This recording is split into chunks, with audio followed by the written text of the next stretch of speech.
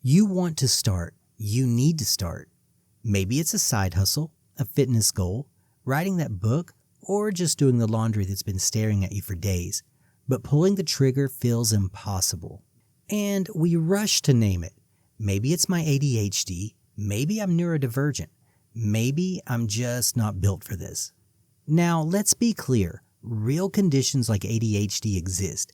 They are valid, diagnosable, and they impact executive function, your ability to plan, prioritize, and follow through.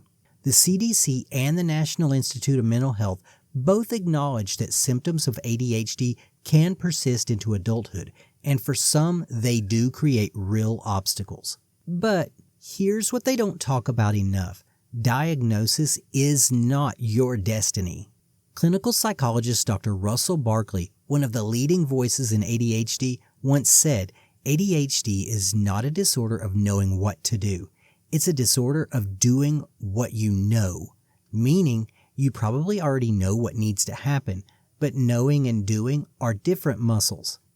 Let's be honest, even for those without ADHD, procrastination, fear of failure, and analysis paralysis are part of the human condition. It's not always a disorder. It's often fear. It's often perfectionism disguised as planning.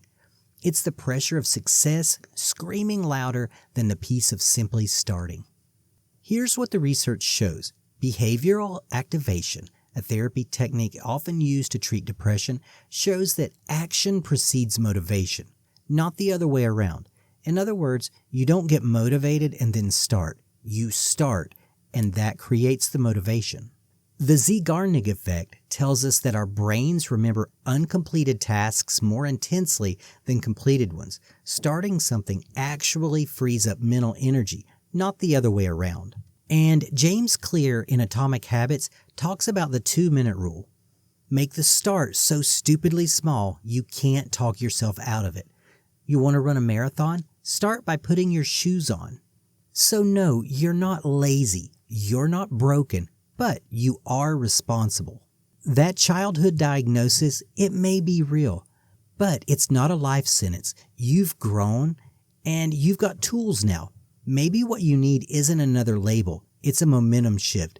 Now, for those of you who were diagnosed with ADHD as a child and still carry that label into adulthood, this is for you. Yes, ADHD is real. It can affect how you focus, how you plan, how you follow through.